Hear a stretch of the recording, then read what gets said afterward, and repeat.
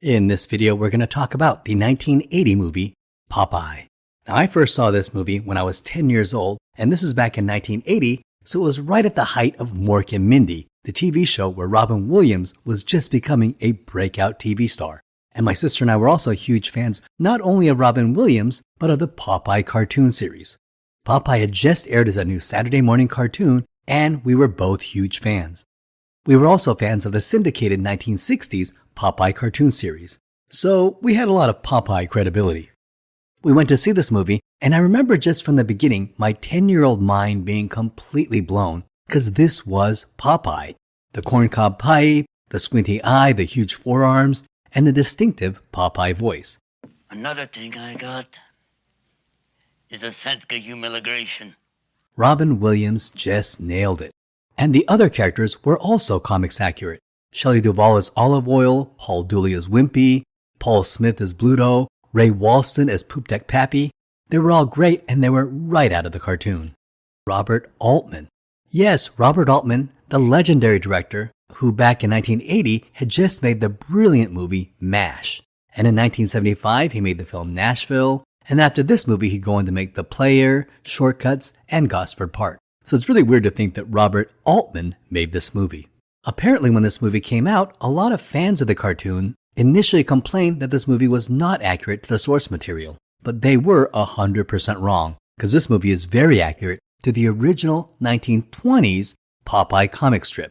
And the complaint was likely because many fans were only familiar with the cartoon show, and mostly they were thinking about the 1960s animated show as well as the 1980s cartoons. Because many Popeye fans had never read the original Popeye comic strip, the one created by E.C. Segar in the 1920s. Robert Altman and screenwriter Jules Feiffer were huge fans of the comic strip and created a very accurate homage, a love letter to that comic series. So the character of Popeye was actually created by cartoonist Elzie Crisler Segar, known as E.C. Segar, in a comic strip called Thimble Theater. And Thimble Theater started as a Sunday morning cartoon strip in 1919 and first appeared in a newspaper called the New York Journal, which was owned by a parent company called King Features, which was owned by William Randolph Hearst, the man whom Citizen Kane was based on. And in 1919, Thimble Theater did not start with Popeye the Sailor, but rather Olive Oyl and her family. And Thimble Theater originally starred Olive Oyl and her slacker boyfriend, Harold Hamgravy. Olive also had a brother, Castor Oyl, who is in this movie. I'm telling you, screenwriter Jules Feiffer and director Robert Altman did their homework. In the comic strip, Olive's parents were Cole and Nana Oyl, and these characters were also in this movie. So you have to really understand the source material to know how deep Robert Altman and Jules Feiffer went with this movie. Now, the character of Popeye didn't make an appearance until 10 years into the comic strip. On January 17, 1929, Popeye was introduced as a minor guest character, and in the strip, Harold Hamgravy hires him as a sailor. Now, Popeye was not intended to be a regular character, but really a character for one issue. But the fan reaction to him was so great that fans kept demanding Popeye return for more adventures. Fans wanted to see more Popeye, so E.C. Segar eventually made him a regular member of the Thimble Theater cast, and eventually he became the star of the entire comic strip. E.C. Segar grew up in Chester, Illinois, and knew a lot of colorful characters growing up, which he eventually put into his comic strip. Dora Pascal ran a local food store in Chester, and she was known for being very tall and thin and always wore her hair in a bun. E.C. Segar would base the character of Olive Oyl on Dora Pascal. William Shugart was a heavy-set manager of the Chester Opera House where Segar worked, and he would be the inspiration for the hamburger-loving Wimpy. A man named Frank Rocky Fiegel was a well-known figure in Chester because he was a tough and surly man who had served as a sailor in the Merchant Marines and was known for always getting into fights, but also for having a heart of gold and always helping people in need and passing out candy to children. And Rocky worked as a local bartender, and Segar knew Rocky, and it is believed that he was the inspiration for the character of Popeye.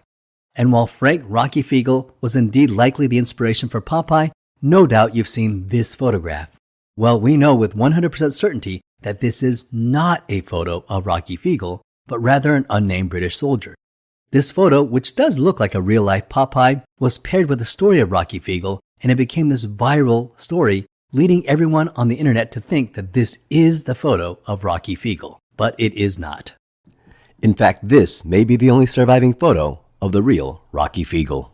Here's something very interesting. Popeye never ate spinach in the original cartoon strip. This wasn't part of his character in the original comic strip, although he did eat healthy foods and toward the end started eating a little bit of spinach for his health.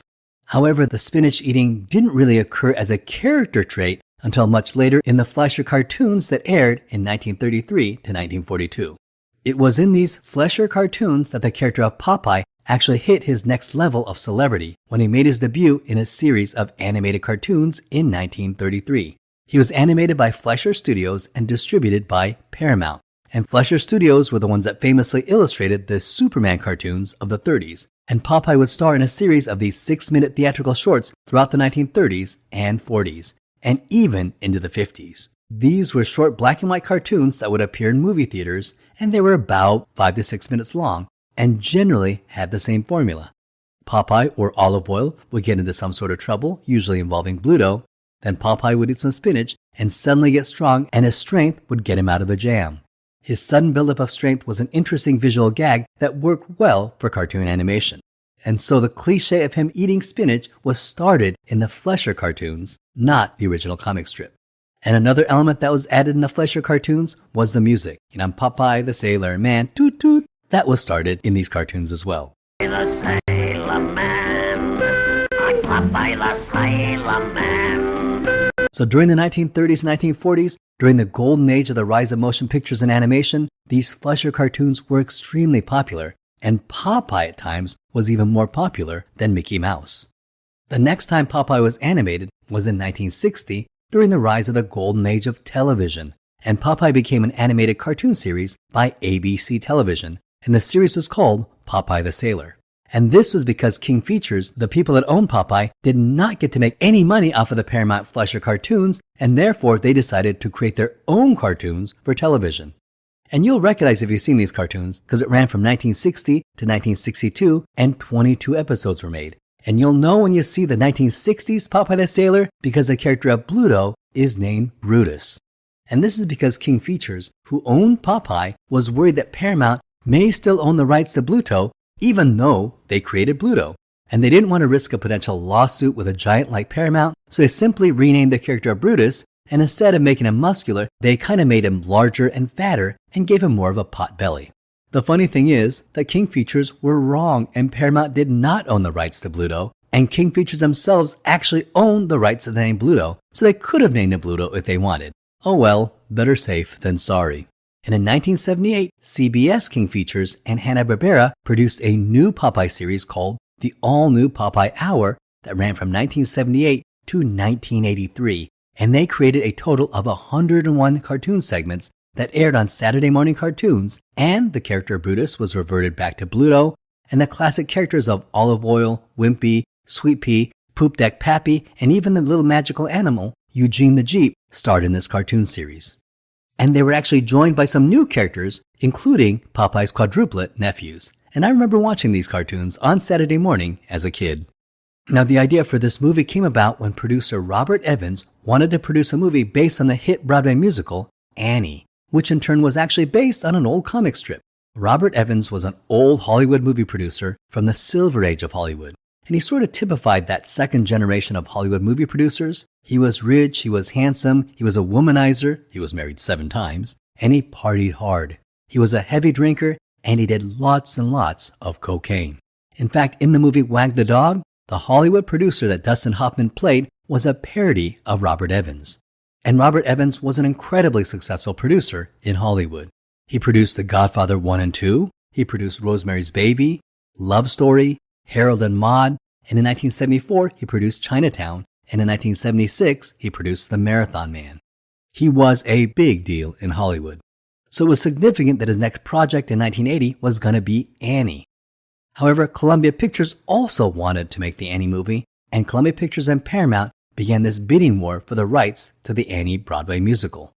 Robert Evans had hopes of turning the old comic strip of Annie into a large Hollywood blockbuster film similar to that of the 1978 Superman the movie.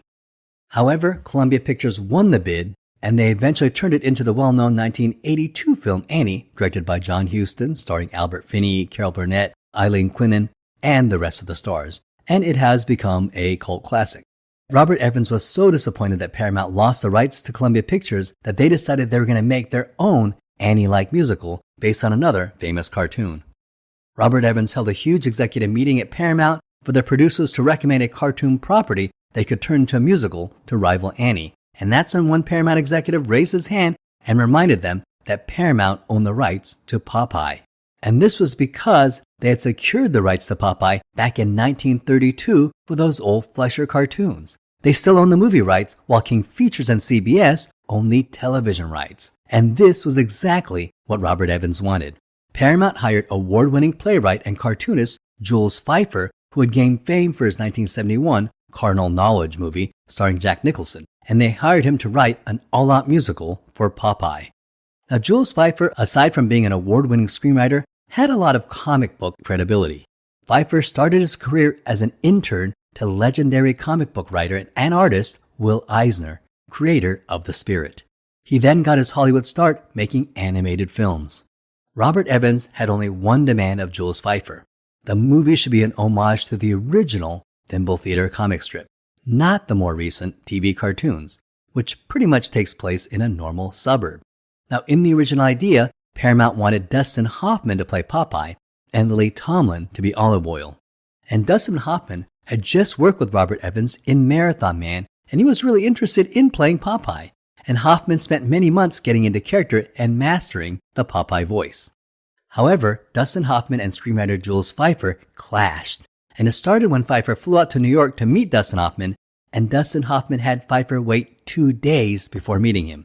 And so while waiting, Feiffer just got drunk and was even tipsy when the two finally met. And apparently the meeting was a huge clash of egos, and they did not get along.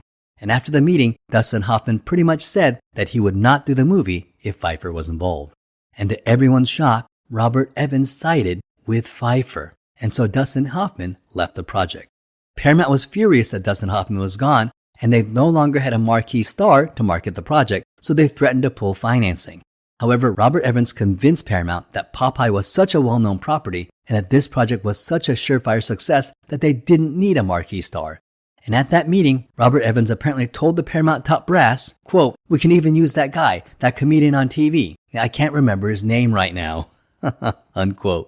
He was, of course, referring to Robin Williams, who was red hot on the TV show Mork and Mindy. Now, Robin Williams was born on July 21st, 1951 in Chicago, Illinois. And his father was an executive for Ford Lincoln Mercury, and his mother was a former model. And his great-grandfather was Mississippi Senator and Governor Anselm J. McLaurin. And in high school, Robin Williams was involved in the drama club, and during his graduation, he was voted funniest classmate, but also voted most likely not to succeed.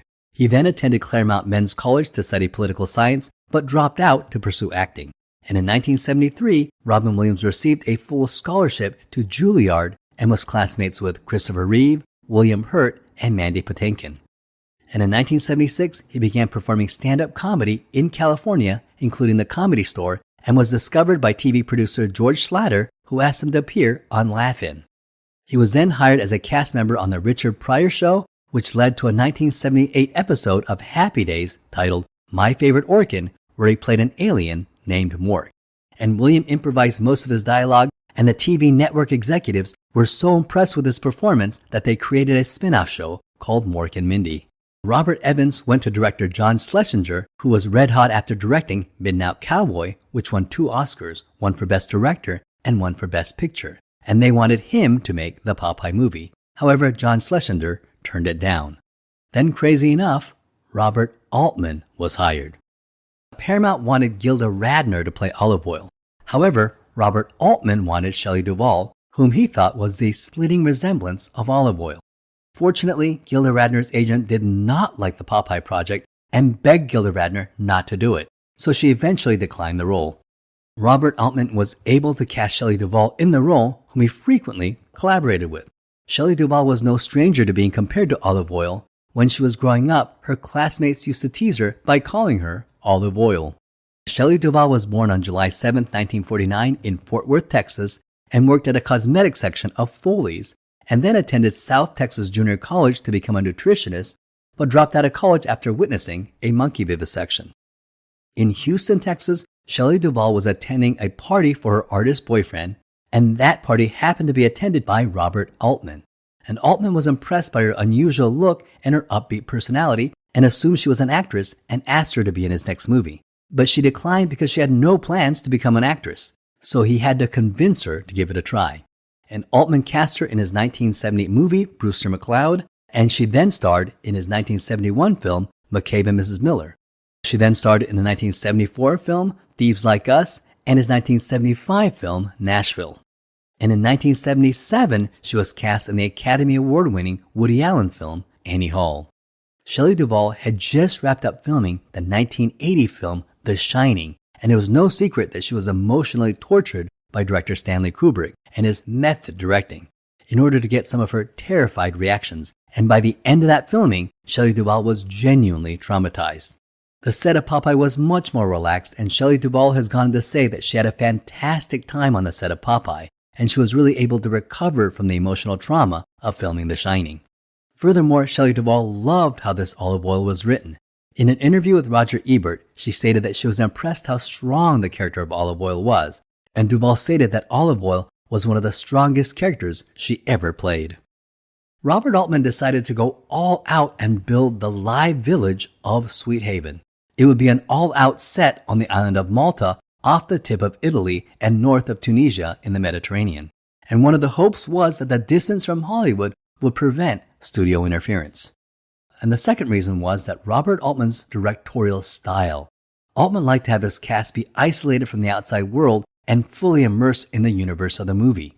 His actors would live the movie, and this would often lead to magical moments on screen, and this worked to great success on his movie MASH. This set of Sweethaven was actually built, and this town actually exists. Tree trunk logs were driven across the European continent from the Netherlands, and wood shingles were imported all the way from Canada. 8 tons of nails and 2,000 gallons of paint were used to complete the set, and it took 7 months to build. And when they finished, this fictional village of Sweethaven consisted of 19 buildings, including a fully operational hotel, a schoolhouse, a store, a post office, a church, and a tavern, and it even had an operating sawmill. And this is the weird part, is that this town actually still exists today.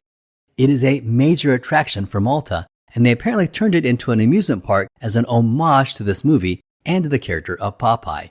And now they have boat rides, they have a Popeye museum, they have actors who walk around dressed as Popeye, Olive Oyl, Wimpy, and Bluto, and you just can't make this up. And in this park, they air the movie Popeye on a continuous loop. It's like this park is actually a really cool legacy of this movie. Many of the actors on this movie began to feel trapped on this little Sweethaven world, and they began to get island fever. Furthermore, the budget began to balloon. Popeye was initially projected to cost about $8 million, and by this time it had already become $13 million, and by the end of the movie, the cost would come in around $20 million, 3 times more than the projected initial budget. The cast had nothing to do on the weekends except party and use drugs. And Robin Williams, who was the essential city boy, was particularly bored on set. And on weekends, he would go to a nearby town in Malta and go into local bars and do free stand-up comedy for the bar's patrons. And that is totally cool. In the original script by Jules Pfeiffer, Popeye eventually finds a magical pet, Eugene the Jeep, from the cartoon. Fans of the cartoon will be familiar with this character. He's the interdimensional yellow cat that has magical and psychic powers. However, the producers thought that Eugene the Jeep was too outrageous, and they really couldn't see how they could make him work using the available technology of 1980. So they decided that Eugene the Jeep had to be removed from the movie. However, they still needed a clairvoyant character for the script, and so they endowed the future-predicting powers to the baby Sweet Pea. And that's why Sweet Pea is able to predict who's going to win the horse races. And that's why he has psychic powers that he never had in the cartoons. Now, one of the most accurate factors in this movie are the costumes. Everyone in the movie is dressed exactly like their cartoon counterpart. And the fact that Popeye wears his various outfits, the one he wears that white shirt and blue pants, but he also wears the classic blue shirt with white pants and the red scarf, and so you feel that this movie is just a love letter to Popeye. Now, one of the problems that the movie had was the big Popeye forearms.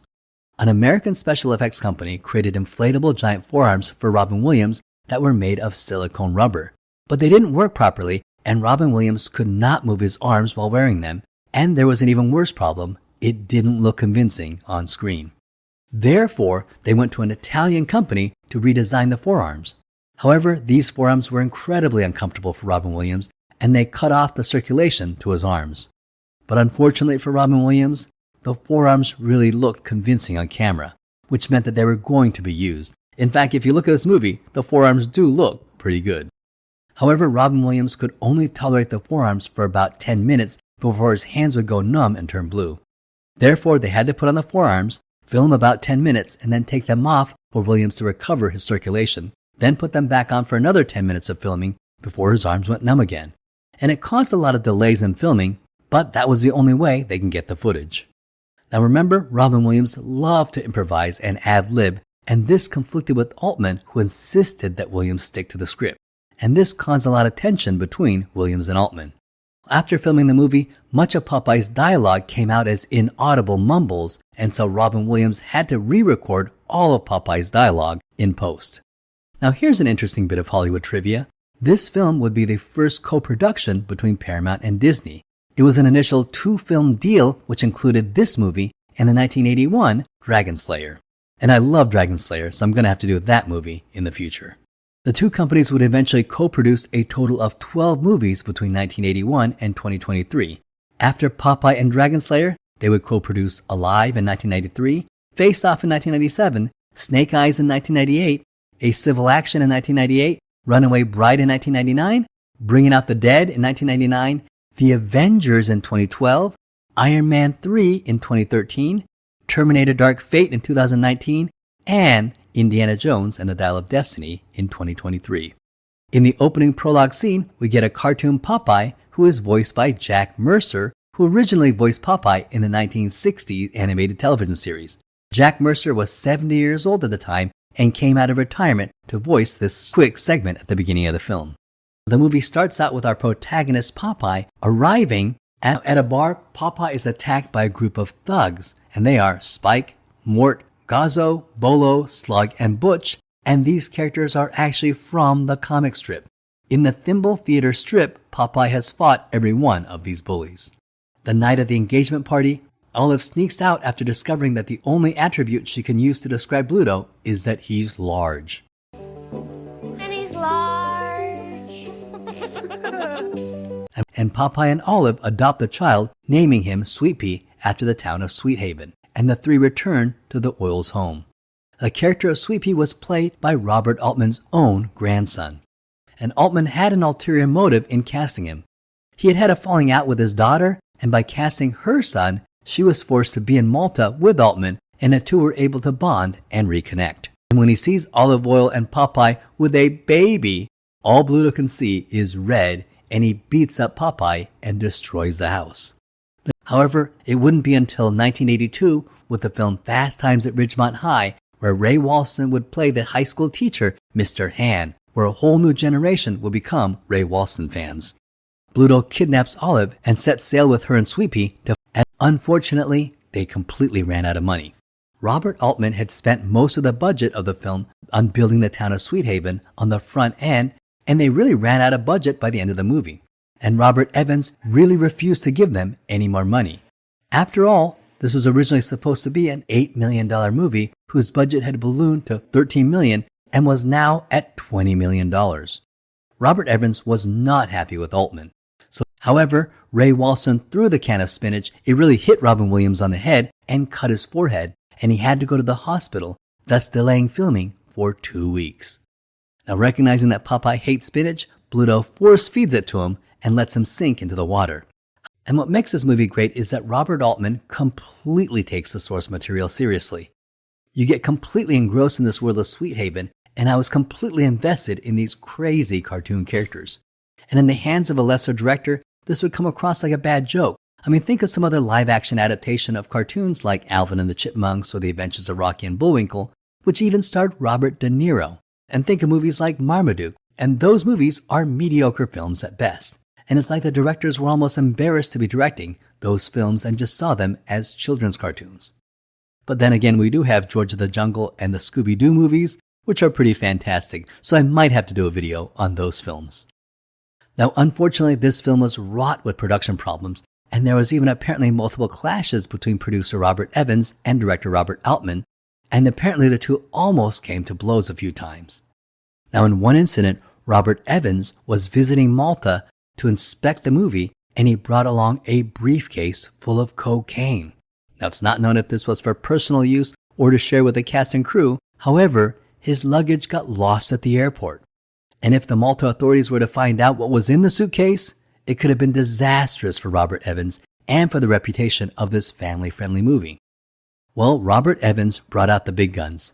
He was friends with Henry Kissinger, who got involved and helped Robert Evans find the luggage, and the Malta authorities never learned what was in the suitcase. Ironically, in a separate incident, during the filming of Popeye, Robert Evans was arrested in an FBI cocaine bust where he and his brother Charles Evans was arrested buying a large amount of cocaine, and he pled guilty to a misdemeanor, and as part of the plea, he had to film an anti-drug TV commercial. The movie was finally completed, and Paramount and Disney were pleased with what they saw, so they decided to spend an extra $10 million marketing the film. And the film garnered mixed reviews. However, many critics like Roger Ebert loved the film, and he gave the film 3.5 out of 4 stars, and he called the movie lots of fun and called it sophisticated entertainment. In fact, both Gene Siskel and Roger Ebert gave the film 2 thumbs up. Now, the most controversial part of this movie was the music, and many critics felt that much of the music was too simplistic, and which meant that it was a solid, profitable film, recouping its costs and making a substantial profit. However, the producers really had high expectations that this would turn into a major musical franchise, and they officially categorized it as a flop. And today, it is unfairly considered a Hollywood disaster, which really I think is unfair, because it's simply wrong. This movie made a substantial profit. But time has been very kind to this movie. Filmmakers like Paul Thomas Anderson cites this movie as one of his favorites and even put the Shelley Duvall song He Needs Me in his Punch Drunk Love movie. Another fan of this movie is the Academy Award-winning director Phil Lord, who claims that watching Popeye helped inspire the techniques used in the Lego movie. So, it's interesting to think what happened to the other movie. The movie that Paramount really wanted to make but couldn't. The movie Annie. Did it do any better? Annie, starring Albert Finney, Carol Burnett, and Eileen Quinnen, came out in 1982, and that film was made on a budget of $35 million and only made $57 million at the box office. A little bit less than Popeye, but because it had a much larger budget, it was not profitable and may even have lost a little bit of money. It looks like Paramount was better off making Popeye. Now, probably the greatest legacy to come out of this movie is that it starred Robin Williams, started Robin Williams down the road with what would be a solid movie career. And here we can see that Robin Williams is more than just a comedian, but he really has the charisma, the sweetness, and the pathos to be able to draw an audience in and carry an entire film. And from here, he's going to have an incredible meteoric rise, from Good Morning Vietnam to Aladdin to Mrs. Doubtfire to The Birdcage and to Good Will Hunting and many, many more. Well, that ends this video on Popeye. If you like this video, check out some of my other videos, including Top Gun, the Rocky franchise, the James Bond franchise, and Star Trek, as well as a whole slew of other movies on my channel.